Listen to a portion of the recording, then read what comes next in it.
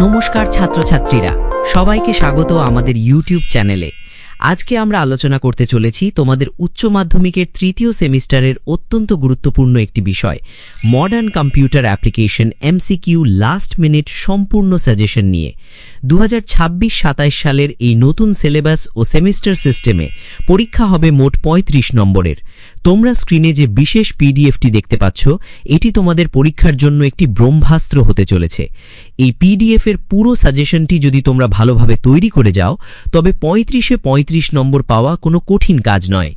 এই পিডিএফটি তোমরা কিভাবে ডাউনলোড করবে তা আমি ভিডিওর মাঝেই বলে দেব, তাই কোনো অংশ স্কিপ না করে পুরো ভিডিওটি মন দিয়ে দেখো।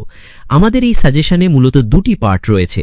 ইউনিট 1-এ রয়েছে পাইথন প্রোগ্রামিং, যেখান থেকে আসবে 25 নম্বর, এবং ইউনিট 2-এ রয়েছে ই কমার্স, যেখান থেকে আসবে 10 নম্বর। পরীক্ষার আর বেশি দিন বাকি নেই, তাই শেষ মুহূর্তের প্রস্তুতির জন্য এই দুটি পার্ট আমাদের খুব ভালো করে কভার করতে হবে। এবার এসো আমরা স্ক্রিনে দেখানো পিডিএফটি স্ক্রোল করে প্রতিটি অধ্যায়ের ভেতরের গুরুত্বপূর্ণ বিষয়গুলো একটু বুঝে নেই। প্রথমে আমরা আলোচনা করব ইউনিট 1 অর্থাৎ পাইথন প্রোগ্রামিং নিয়ে, যাতে রয়েছে মোট 12টি অধ্যায়, এবং এখান থেকেই সিংহভাগ 25 নম্বর আসবে। অধ্যায় 1-এ রয়েছে পাইথন প্রোগ্রামিংয়ের মৌলিক ধারণা, যেখানে পাইথন কি এবং এর সাধারণ বৈশিষ্ট্যগুলো আমাদের দেখতে হবে। অধ্যায় 2-এর ডেটা টাইপ সম্পর্কে ধারণা দেওয়া হয়েছে, যেখানে ইন্টিজার, ফ্লোট বা স্ট্রিং ডেটা টাইপের ব্যবহার জানতে হবে।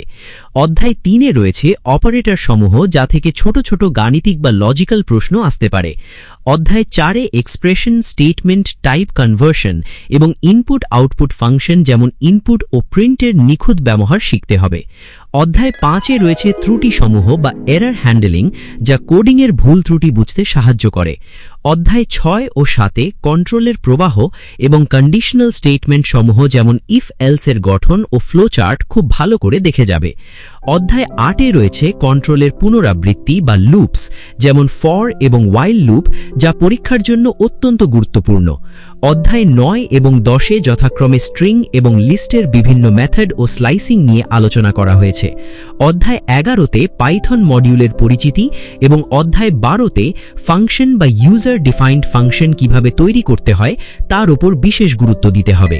তোমরা পিডিএফের এই অধ্যায়গুলোর পাশে দেওয়া গুরুত্বপূর্ণ প্রশ্নগুলো খাতায় লিখে এখনই প্র্যাকটিস শুরু করে দাও।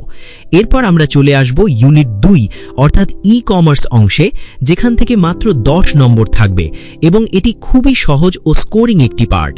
এখানে মাত্র 3টি অধ্যায় রয়েছে। অধ্যায় 13-তে রয়েছে ইলেকট্রনিক কমার্সের পরিচিতি, যেখানে ই কমার্সের বিভিন্ন মডেল যেমন B2B, B2C ইত্যাদি সম্পর্কে পড়তে হবে।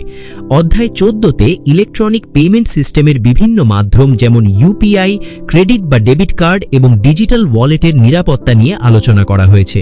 সবশেষে অধ্যায় 15-তে রয়েছে ইন্টারনেট মার্কেটিং, যেখানে ডিজিটাল বিজ্ঞাপনের বিভিন্ন কৌশল ও সার্চ ইঞ্জিন অপটিমাইজেশনের প্রাথমিক ধারণা রয়েছে। এই তথ্যীয় অংশগুলো একটু ভালো করে রিডিং পড়লেই তোমরা পুরো 10 নম্বর তুলে নিতে পারবে। ভিডিওর এই শেষ অংশে এসে তোমাদের জানিয়ে রাখি, স্ক্রিনে তোমরা যে সাজেশনের সম্পূর্ণ ও গোছানো পিডিএফটি দেখলে, এটি সম্পূর্ণ বিনামূল্যে সংগ্রহ করার জন্য তোমাদের আমাদের অফিসিয়াল হোয়াটসঅ্যাপ চ্যানেলে যুক্ত হতে হবে। এই ভিডিওর ডেসক্রিপশন বক্স এবং প্রথম পিন কমেন্টে আমাদের হোয়াটসঅ্যাপ চ্যানেলের ডিরেক্ট জয়েনিং লিংক দেওয়া রয়েছে। তোমরা এখনই সেই লিংকে ক্লিক করে আমাদের হোয়াটসঅ্যাপ চ্যানেলে যুক্ত হয়ে যাও, কারণ সেখানেই এই সাজেশনের পিডিএফ ডাউনলোডের মূল লিংকটি দেওয়া রয়েছে। শুধু তাই নয়, ভবিষ্যতে উচ্চ মাধ্যমিকের কম্পিউটার অ্যাপ্লিকেশন সহ অন্যান্য সমস্ত বিষয়ের নোটস, সাজেশনের পিডিএফ, মক টেস্টের প্রশ্নপত্র এবং পরীক্ষা সংক্রান্ত যে কোনো লেটেস্ট অফিসিয়াল আপডেট সবার আগে পেতে এই হোয়াটসঅ্যাপ চ্যানেলটি তোমাদের ভীষণভাবে সাহায্য করবে। তাই আর একদম দেরি না করে লিংকে ক্লিক করো এবং আমাদের একাডেমিক পার্টনার হিসেবে যুক্ত হয়ে যাও। আজকের ভিডিওটি ভালো লাগলে অবশ্যই একটি লাইক করো, বন্ধুদের সাথে প্রচুর শেয়ার করো এবং চ্যানেলে নতুন হয়ে থাকলে সাবস্ক্রাইব করতে ভুলো না। শুভকামনা রইল। ধন্যবাদ।